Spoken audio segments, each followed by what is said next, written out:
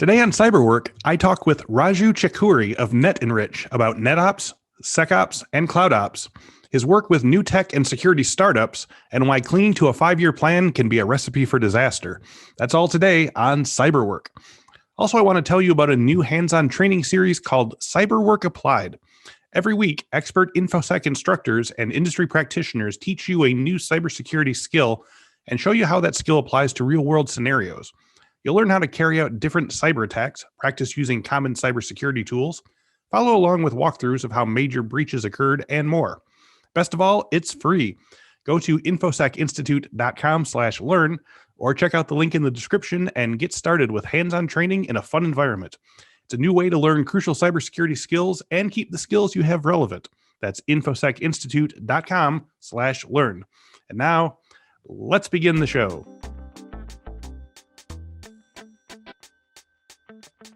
Welcome to this week's episode of the Cyberwork with Infosec podcast. Each week, we talk with a different industry thought leader about cybersecurity trends, the way those trends affect the work of Infosec professionals, while offering tips for breaking in or moving up the ladder in the cybersecurity industry. Raju Chekuri founded NetEnrich in 2004 after a successful IT career as an entrepreneur, visionary, and business leader for the Silicon Valley.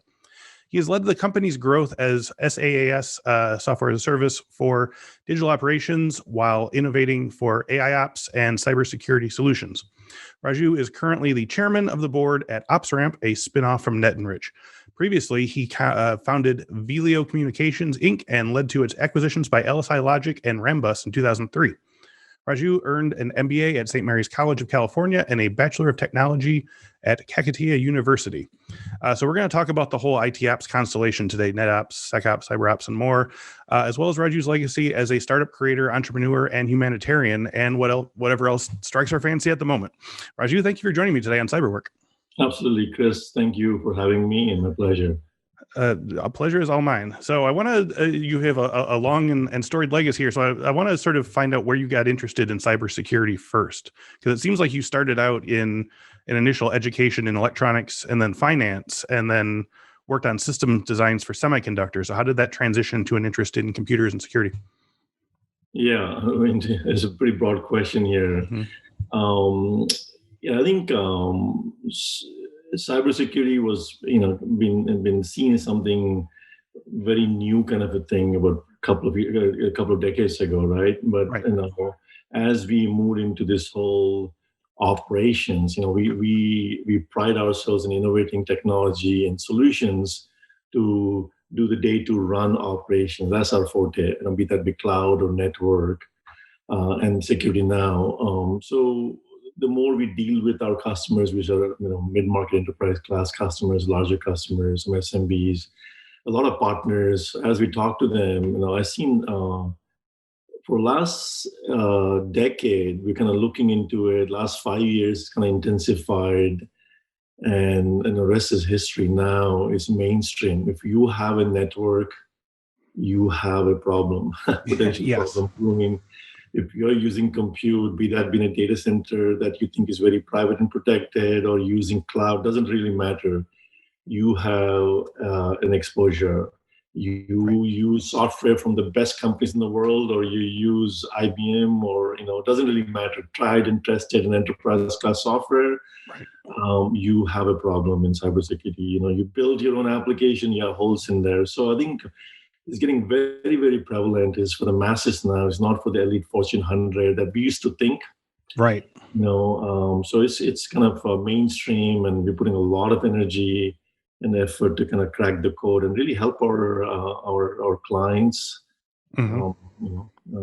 Just kind of demand out there is huge, big problem to solve here.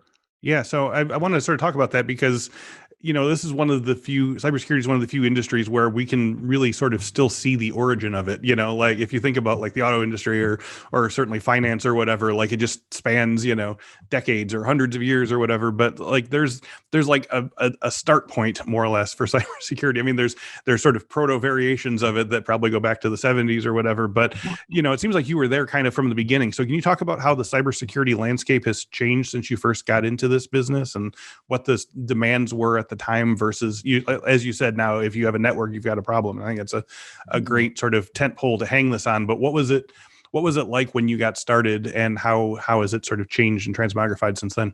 Yeah. So if you look at late 80s, you had the transceivers and Ethernet, and you're creating a little local LAN using some UltraSpark or whatever you had up there. And client servers were kind of coming up that time. So it was kind of more, for productivity within the organizations. Mm-hmm. And then you, of course, you saw ARPANET putting the first phase of internet, and then the browsers came and made this internet, accessible to the world. The open web, www came up. So they kind of opened and your connectivity increased. And then, when it was kind of isolated that way, it is palatable and easy to kind of control who comes, gets out. And you can just throw some devices to kind of checkpoint, right? You who comes in, who goes out, you can manage all that. And then the evolution went from being a gatekeeper to IDS, IPS, and looking at the data inline, and more network-centric things happen, right? Now, as you evolve that, where all of us are walking with that's a mainframe compute-wise. Right, yeah. Right? And it's got 100x more applications than mainframe used to have. Mm-hmm. So you're accessing data. It's not someone coming in, going out, right? Everyone's observing your privacy, where you are, who's watching you. It's kind of you don't know what's going on, who's coming into. There's so many attack surfaces now. Yeah, who's sitting in that attack surface is a multitude, 100x or 1000x, right? So, and then the youngsters that they don't really care. You ask them, they're paid through any payment systems. Yeah, it's just a tool.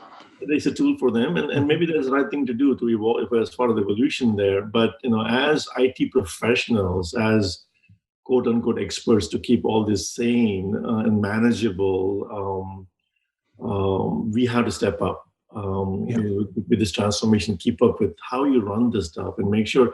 And you can't be just kind of control freak. You can be risk and compliance and protecting the job, or no one's going to get fired. It has to come genuinely by design, by plan, that, hey, you know what, this is a big issue. How do we resolve it? Let's resolve, even if it's a small piece, get going.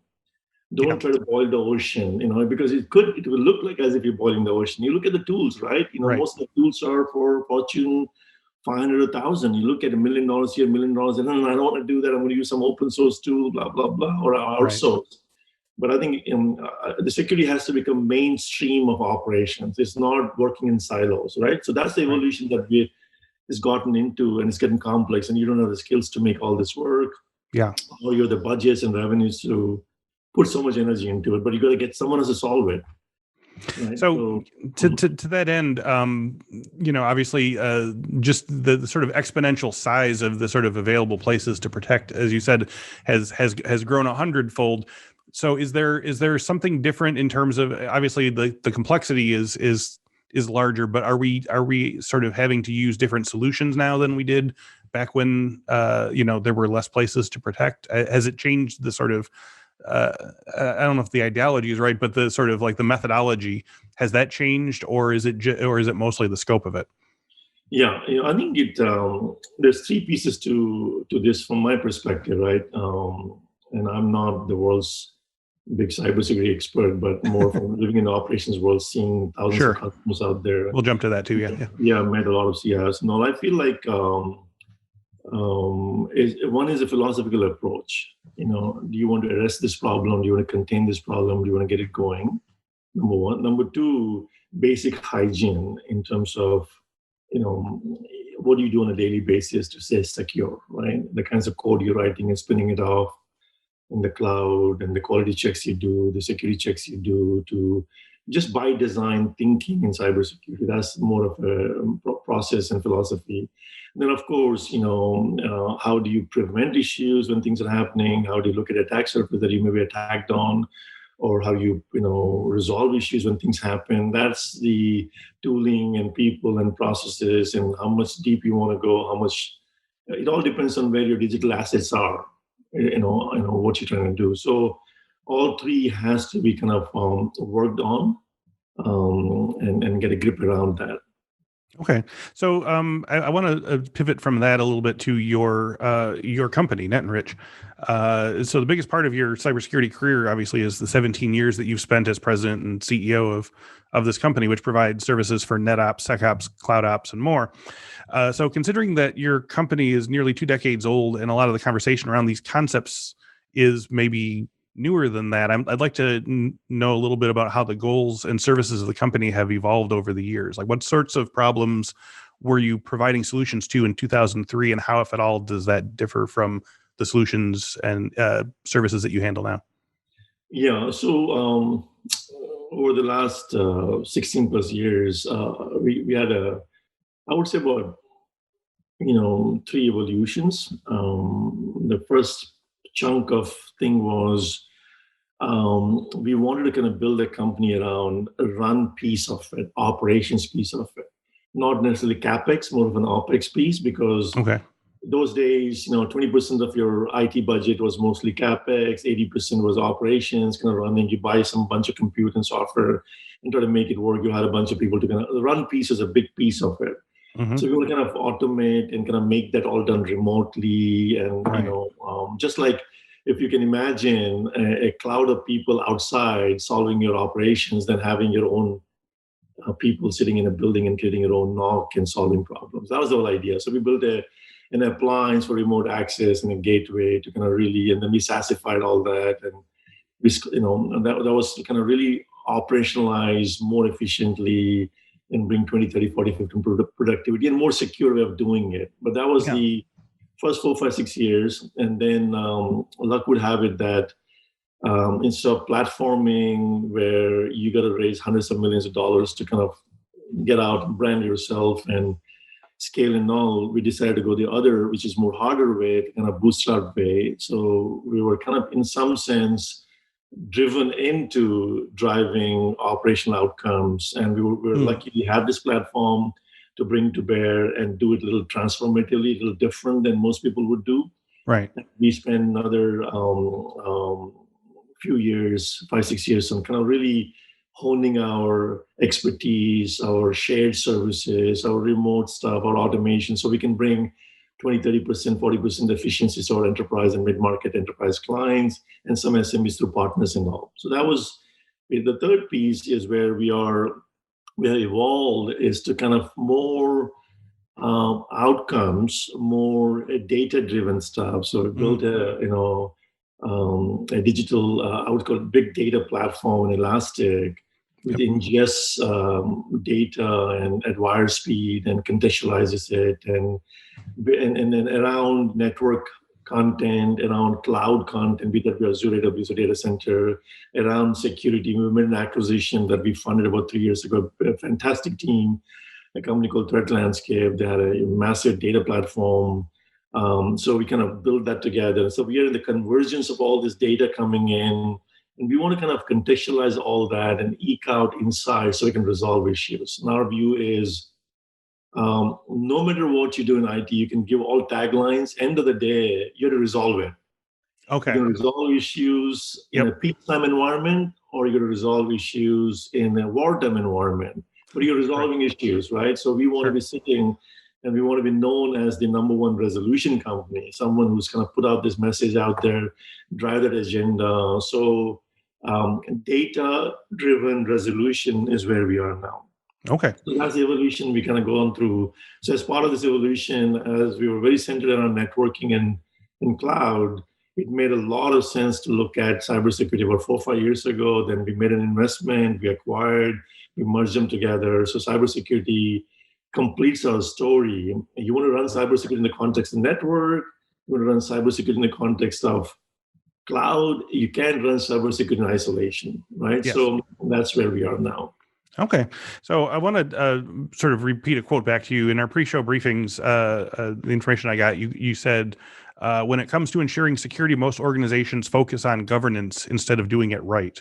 Is that something could you explain that to me further? There's a lot of case studies and plenty of mountains of anecdotal stories about organizations that follow this or that set of rules to the letter of the law without actually sort of improving their security in the process. So tell me a little bit about what you mean by going beyond governance and into doing it right. Yeah, I think it comes from some of the genesis and the evolution stuff where, if you remember when we were running networks and systems and all, cybersecurity was, someone with some PhD or someone who was a risk and compliance person to look at intrusion and all. So there's always a offhand risk compliance kind of a thing so that the CEO doesn't get fired and the CFO doesn't get fired. It was kind of, separated from, you had a CISO, right, a cybersecurity officer, and it was different from CIO. And it was more of governance model. Are you guys doing the right thing? Did you deploy this tool? What's our risk profile? What's our attack surface? So looking outside in kind of an environment in many cases. Right. And also kind of a checklist, basically. You're just check the things off. And yeah. The scary part is don't tell me how bad I am, because if I know it, I better fix it. Otherwise, I have a liability issue. Yeah. Yes, exactly. I don't want to know. Yeah. Headless. That mindset still continues in many cases. I don't blame them, but that's how, habits are hard to break, right? And that's the world we used to live in. And that's what we run into many places, I outsourced it, I give it to someone. No, I have this tool, I'm fine. But I'm sure they know what they do and they're doing. Exactly. I got it. I know more than you do. Not inventory syndrome. Some of those things, because they're kind of worried, right? It's a big liability issue for them, and they want to control the situation, which is fine. You got to do it. But I feel like I think that whole industry has to kind of open up and get ahead of the game and not behind the 8-ball. Compliance is necessary. It is sometimes after the fact. Mm-hmm. What are you doing on a daily basis? Like what you saw with SolarWinds, right? Mm-hmm. Thousands of people out there, government offices and all, they all thought they were compliant. They all thought they were risk aware. And we filled out the form. And there's an enterprise software. Mm-hmm. The same people are saying, hey, no, I can't go to cloud because it's not secure. I want to be enterprise. I want to control in my own data center. Right. Look at what happened, right? So you never know what hits you. So I think if you're more open-minded and more design-centric, and by design solving cybersecurity in the context of network and secure cyber, compute and applications and all, I think as an industry, we'll protect ourselves a lot better. That's my view. Yeah. So that leads perfectly into my next question here. You were saying that, in certain cases, the CISO or the C-suite will say, I don't want to know how insecure I am. Don't tell me about it. Just take care of the problem or whatever. But, when you're, there's so many processes around that are aimed at improving safety or efficiency or even business growth, within digital ITOps, it sounds appealing to the C-suite as something to adopt or step up to, but often falls into a gap where it's implemented by half measures or haphazardly because it might require retrofitting your entire, security department at the very least, or your way of doing business. So what types of strategies have you found work best in stepping up your ITOps strategy without falling behind on your business schedule? Yeah, I think one of the things that we do in our own business, and is very apt for some teams to deploy, and maybe they're doing it, right? And I'm not the judge here to they're doing it or not, but I think what would really help is the whole agility and scrumming to solve the cybersecurity. What I mean by that is, you're going to have small teams or cybersecurity experts, the network guys, the risk guys, the governance guys, and the leadership to kind of come together and start looking at solving these problems on a daily basis and be more agile and a more inclusive way, not more isolated and a siloed way. Okay. Right? Yeah. So what happens is, in doing so, you're getting my network guy to be more cybersecurity sensitive. Yes. My application guy who's deploying applications as a DevOps guy or something, he's more cybersecurity sensitive. So you're creating the IQ, you're raising the IQ, a cybersecurity IQ for the entire organization on a daily basis, and everyone's learning. You're better off in doing by design. If you isolate, hey, make sure that your network is all controlled, and go put some IPS devices, put some firewalls. And it's not one event. It's not like a balance sheet. It's like an income statement. It has to be looking on a daily basis, right? You got to improvise on a daily basis. And I feel that if you run Scrum together to make this work, I think people are smart. Engineers and a lot of the IT guys are unbelievably smart. Yeah. The leadership is smart, but I think there's a process. The past that comes and haunts the present, or doesn't allow you to go to the future. So the more agility, more Scrum, the desire to embrace change and get it going sooner than later, and not try to boil the ocean. Yeah, that's an interesting thing, because I think, do you see a lot of that sort of siloing? Because I get that sense that to collaborate means to have to learn a new thing, and for a lot of people, it's like it's hard enough just to keep up with whatever they're doing now without having to sort of up their security game and stuff like that. Have you seen that as a problem, and do you have any thoughts on sort of not just changing the process, but changing the minds of the people who need to sort of like adopt this wider view? Yeah, I think if it was so easy, everyone would be doing it, right?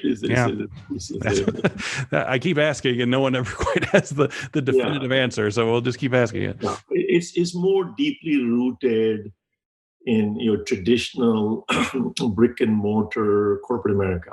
Right. Partly because, they're under the water, there are a lot of things going on, they're competing in the new age of, everything on the web, they don't have resources. And, it's a business issue too. They get measured differently. That there were days where it was norm, we walk into CIO and ask him, what is your budget for IT? Based on the industry, they say, Gartner said we should be 2% of my revenue. Someone said, Gartner said 3% of my revenues, right? Mm-hmm. But those days are gone. Now, people are spending 8, 9, 10, 12% because IT is your business. Right. Right. So that is, and then there's the haves and have-nots. The digital have-nots are your classic, brick and mortar enterprises, because they're constrained. If you're not generating earnings per share, I'm not going to give you value. In other places, you lose more money, you become a unicorn. So, there are two ways of judging who's doing well. So there are some resource constraints, there's money constraints. So, but at the same time, corporate America has to go compete with all those guys, and IT has to be a big investment, or at least an efficient investment. Right. Investment. So once that gets sorted out, it's a mindset game. I think you can kind of step up, because people are smart. Putting them together, they can do it. I don't think it's the skill, learning ability, and at least in the US, most of our customers are real phenomenal people here. Yeah. Phenomenal engineers, right? I mean, the smartest of the world is here, right? So it's about changing the sort of enthusiasm. It's the mindset, the priority, where you put, how do you engage him, right? That's the thing. And I think we're the best in the world, and I feel like we can get it done. It's just kind of mindset. Yeah. I mean, have you seen any sort of successful cases of places where there was a lot of resistance, and then you were able to sort of get that sort of sea change within the company? Yeah. I think we have a couple of customers. I remember, I hope I'm not getting into trouble here by naming them. But we've been fortunate enough to work with a company called Car Auction Services almost for a decade. And we've seen the evolution. Oh my God, they're as good as it gets. Wow. Right? I mean, these guys were your classic brick and mortar enterprise company through acquisitions out of Indiana. Great group of people. We are fortunate enough to kind of get involved with those guys almost 8-9 years ago. We're doing their network management, brought a lot of efficiencies, first to know, and things of the sort. But then you can see the whole company transform from that, 300 locations, acquiring a bunch of companies, running, car auctions and things of the sort, growing fast, they're getting great valuation, to morphing to a digital company now.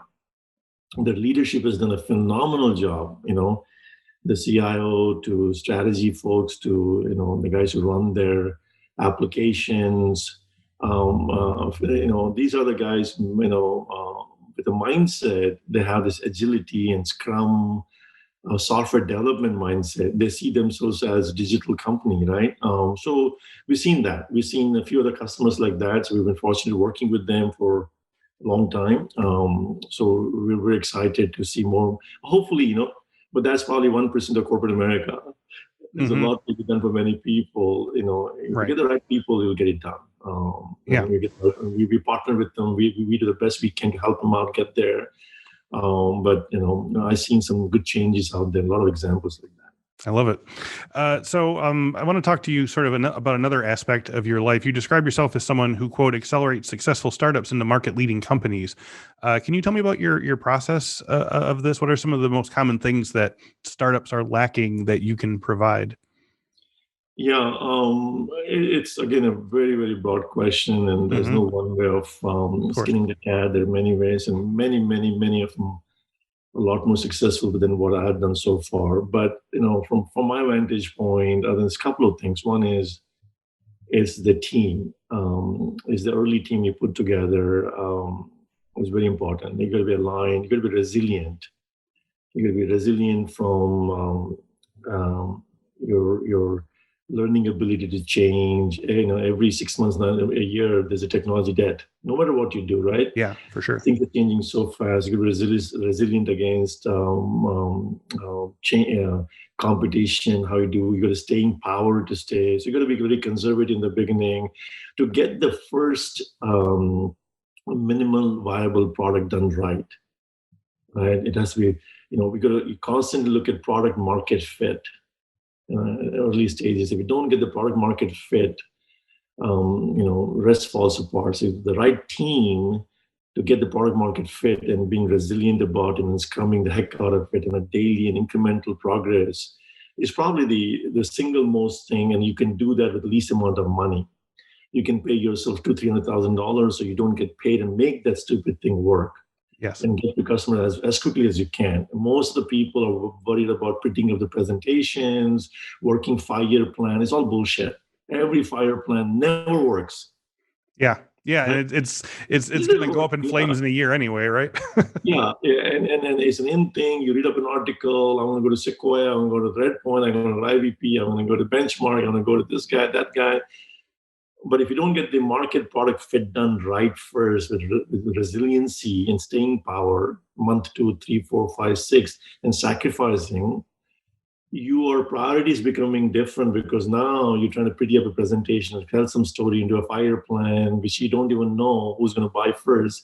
Right. And you're busy raising money and you're looking for some connection, some introduction. Hey, you're looking too many steps ahead, I imagine, right? Steps ahead, yeah. So, and it becomes very difficult. It doesn't really matter. People think, oh, I want to go get an angel money, $250,000 to $500,000 from someone like me, or they want to go get $8, $9, $10 million. $1 million to $2 million was the early stage fund in 80s and 90s, right? Yeah. Now they don't talk to you. They want to put $10, $20 million to work because they got big funds. But then doesn't mean that an angel guy is going to give you some funding if there's no product market fit. Yeah. You can't say, you're my buddy, give me some money, right? Yeah. Some might do that, but most of the guys, you and I, don't have the chance, right? You need to be related to someone big, you are connected to someone big, but you got to get that thing done right, or 2 or 3 teams very aligned, and it gets difficult because in the beginning, it's like the map. When you look at the map, is totally different than when you put your foot on the terrain. Yeah. Oh, yeah. Yeah. The same thing as a startup. You and I and a few other guys can come together. Hey, let's go do this. Let's go fun. We've been buddies. We went to the same school. Whatever the stuff is, I'm a PhD at this. I'm putting something together. But then, when rubber meets the road, the terrain is different. Yeah. And you have to be very careful on that. That's one big piece. Product market fit. And then also you want to pursue, at least from my standpoint, pursue something that could be big because your risk goes down. And of course, execution becomes a difficult thing too, but within a big environment, you can pick pieces of it. For example, when I did the previous company, we had phenomenal guys. We had a professor from Stanford, Bill Daly, who's an NVIDIA's chief scientist now. We had like 16 PhDs from Stanford to MITs to Caltechs of the world. We raised a bunch of money from Sequoia. We were trying to do something massive in terms of communication protocols, in terms of moving bandwidth. Yeah. big thing, but very niche. For us to succeed, I had to get the damn thing working. Then I had to get an OEM like Cisco working. They had to get an AT&T, some telecom guy working. So that you need to have a staying power. So we got the chip done, but the venture guys get tired after 4 or 5 years. Yeah. And as you raise more money, the first guy who came in gets tired because he wants to see some results. He doesn't have much to say. Yeah. Right. So structuring the right company is very, very, very important. Who you get your money from, and how long does the money last? If you don't plan that right, raising $10 million first round, you open a champagne, you celebrate, high five, which I did 20 years ago, 25 years ago. It's good and bad. So you got to get the product market fit and structure it right from the right. Once you get that, it becomes easy. And there are a lot of great VCs, phenomenal people now, more so now than it used to be. Right before now, there's so much money out there, a lot of talent out there. They can help you, but you got to get the product market fit first, or getting close to it. Get some feedback. 1 or 2 customers looking at it, they can buy, why they buy, and what is it going to change? How is it going to change their life? And then you're going to finance it properly.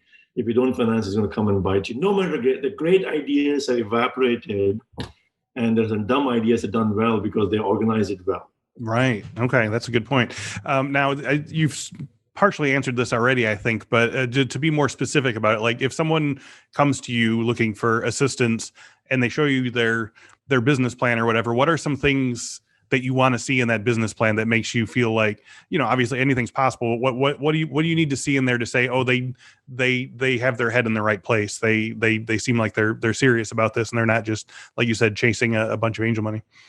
Yeah. So my primary way is number one is the team, who's done what, and who's building this, and why are they building this? What is the inspiration behind it? That's the first cut kind of thing. Number one. Right. And see what progress they've made or what progress they're going to make, kind of a thing. And then the numbers are all assumptions. It's a spreadsheet.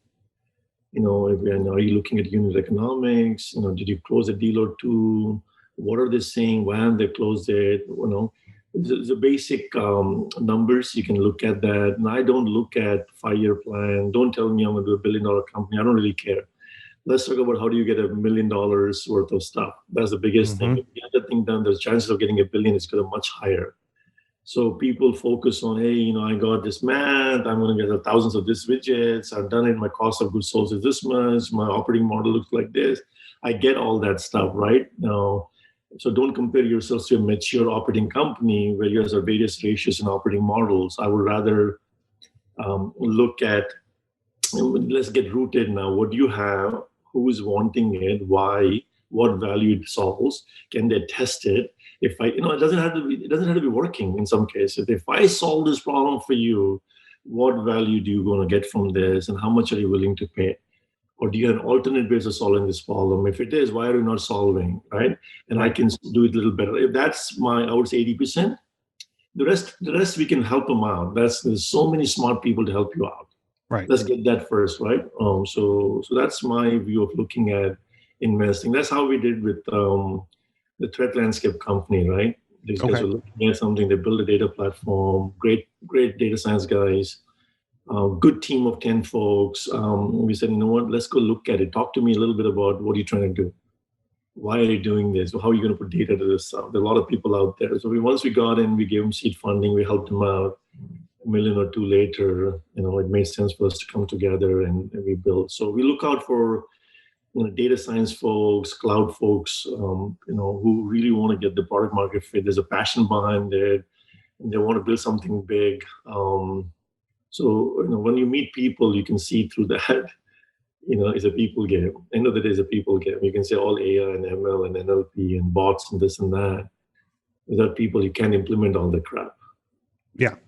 Now, you've obviously, apart from your actual, your CEO, your position, your company, I get the sense from you, obviously, based on the fact that you're helping out these startup companies and stuff that, it's very refreshing. Sometimes it's easy enough to just do your job and move. But I want to talk to you about sort of the role of veteran cybersecurity or tech professionals and what role they might be able to take in helping aspiring new security professionals or startups enter the industry. We hear a lot about the cybersecurity skills gap, that there's more more positions to be filled than there are people to do them. And, there's so many,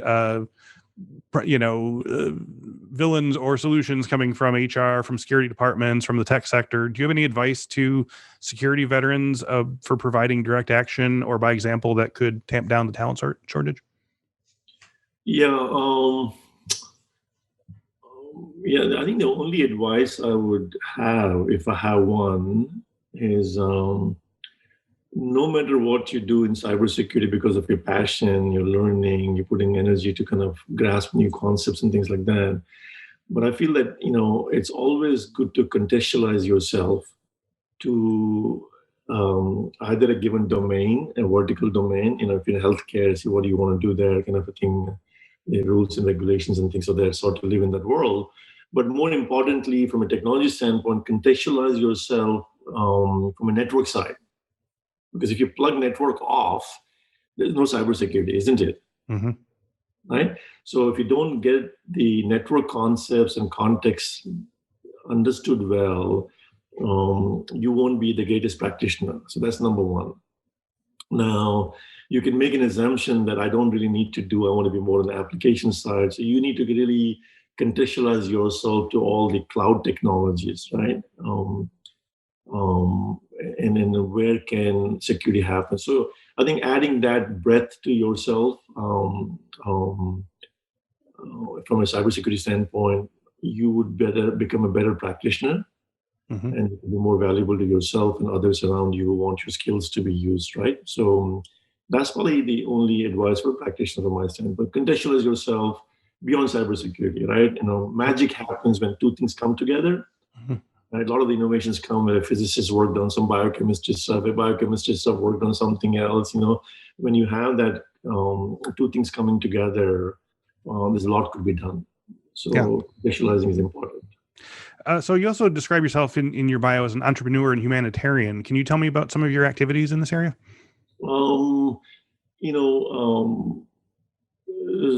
There's two pieces. I wouldn't call it humanitarian. Okay. I haven't done much on that, other than kind of we as a company kind of support roughly 200 young kids, 7 to 14, in a few orphanages. We've been doing it for almost since the beginning. We had a rule that every employee had to kind of really donate on a yearly basis, and I would match. And we've been doing it for almost 15, 16 years now. That's great. Some great impact there, but nothing big to write home about or talk about much. That's one piece. But more importantly, I'm on a pretty big high where I am today now in terms of culture. And as an entrepreneur, when you're young, I call it Silicon Valley cowboy culture, right? You're ambitious, you have testosterone, your hormones. Right. Conquer the world. Yeah. Yeah. I've got 2 term sheets in a day, and I got the best guys, this and that, and let's go. And when you do that, it's great, right? It's great confidence, and you can attract talent. But the sad part is, if things go wrong, you're not able to handle that. And things will always go wrong given a time, right? Everyone, right? So the resiliency doesn't seep in the early stages of life, right? As you get, so I think we're driving a lot around culture.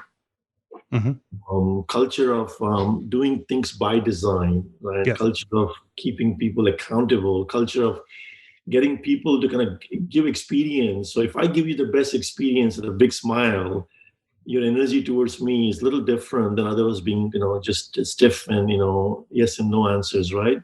So that the belief system, if I give a good experience, you give me, your belief changes that, hey, this guy's a decent guy to talk to, and I'm going to have fun doing this interview, right? Right. When the belief system happens, magic happens because you take the right actions. Because I'm not yes, no, yes, something and all, right? So that the accountability, the experience that drives belief system, that drives actions, that produces results, is the big thing for us. So we want to kind of groom, and the basic concept is everyone in our company is a leader. Mm-hmm. There's no manager.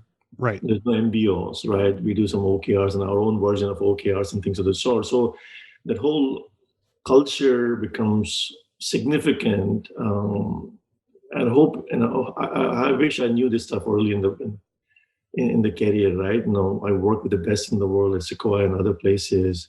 And I thought I knew from an operating standpoint, as a CEO, what I could do and founder, and I had a lot of energy and passion to do what needs to be done, build a great team.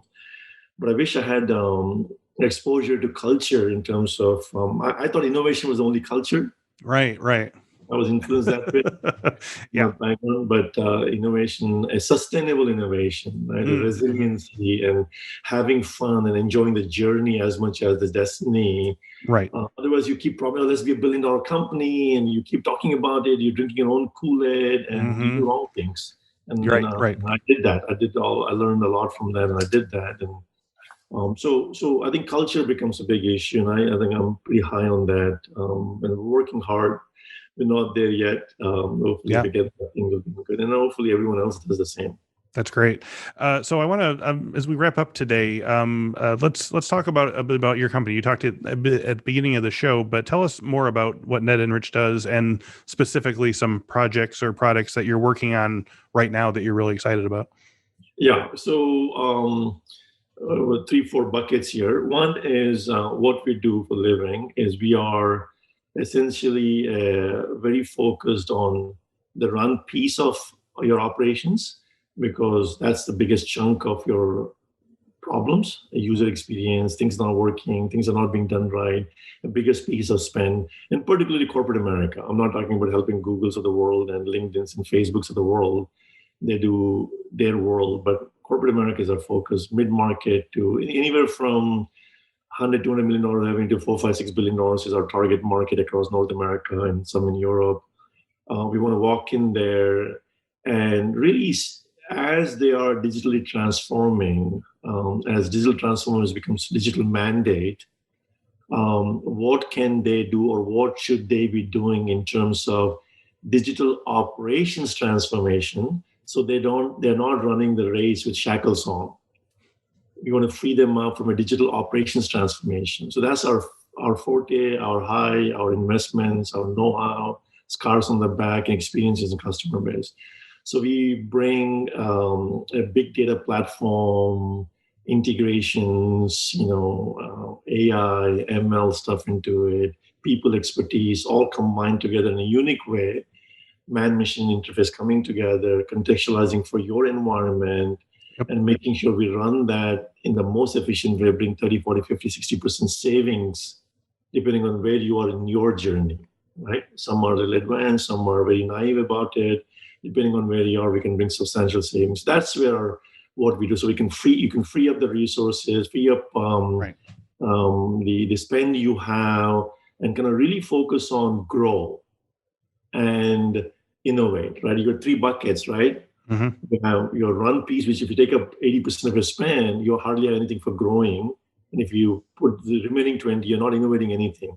So you want to kind of shrink the run piece to 30% of what you need to do from an IT standpoint, leave 70%. And if you look at SaaS companies and digital first companies, they are, the run will be 20, 30% of it. They're spending 70% growth and innovation is completely tilted upside down, right? So we want to bring that change, the cloud mindset, the SRE mindset, the DevOps mindset, the cybersecurity mindset, ASI mindset, all that to your classic mid-market enterprises who have to compete in this aggressive, digital mandate world. So that's what we do, and we have hundreds of engineers building platform, automation, integrations, and all. We got hundreds of guys in the operations running 24/7, 365 run, bring them together.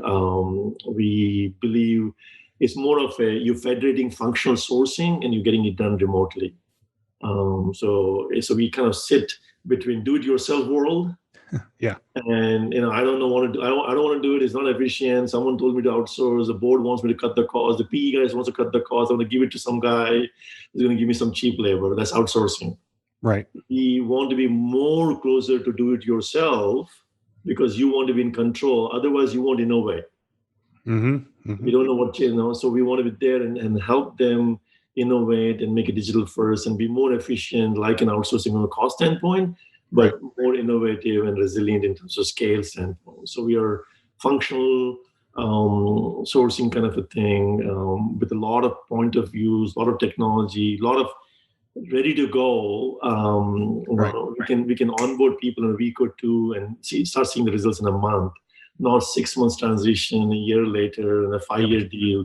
We want to be more SaaSified way of running operations. So you're consuming a SaaS solution from us. So that's where we're in operations space, operation space, in network, cybersecurity, and cloud.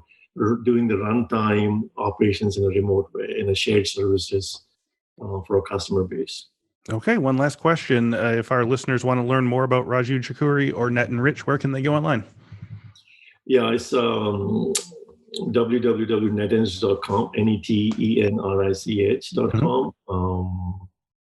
And there's a lot of good content there. And we're going to keep working on it. And I think for cybersecurity practitioners, which is, Chris, your forte, right? We have something called know.com, KNOW.com. If you come to our website, you can go, it's free. We spend a lot of money through our technology to aggregate some 25, 30 feeds around the world to show you what the heck is going on in the cybersecurity world. Nice. Look at it, learn from it, give us some feedback. So that as a whole, that's our contribution, the best we could, to kind of bring awareness to anyone for free. Yep. And it also helps us kind of interact with some great practitioners out there so we can learn from them as well. Yeah. And then one thing leads to another one. Hopefully we end up doing some business down the road. But that's for free. Come to our website, www.netenrich.com, and check out Know. A bunch of stuff there, and enjoy and give us some feedback. And I'm sure we're not perfect, but we're getting there. We're working hard towards that. It sounds like you're doing everything right here. So Raju, thank you so much for being my guest today. Sure. Thanks, Chris, for having me, and enjoyed our conversation. Appreciate it. My pleasure. Thank you all, as ever, for listening and watching. For those of you who are with us today, new episodes of the Cyberwork podcast are available every Monday at 1 p.m. Central, both on video at our YouTube page and on audio wherever fine podcasts are downloaded. You can also find them at infosecinstitute.com/podcast. Also, don't forget to check out our hands-on training series, Cyberwork Applied. Each week, expert InfoSec instructors teach you a new cybersecurity skill and show you how that skill applies to real-world scenarios. And it's free. Go to infosecinstitute.com/learn to stay up to date on all things cyberwork. Thank you once again to Raju Chekuri and NetEnrich, and thank you all again for watching and listening. We'll speak to you next week.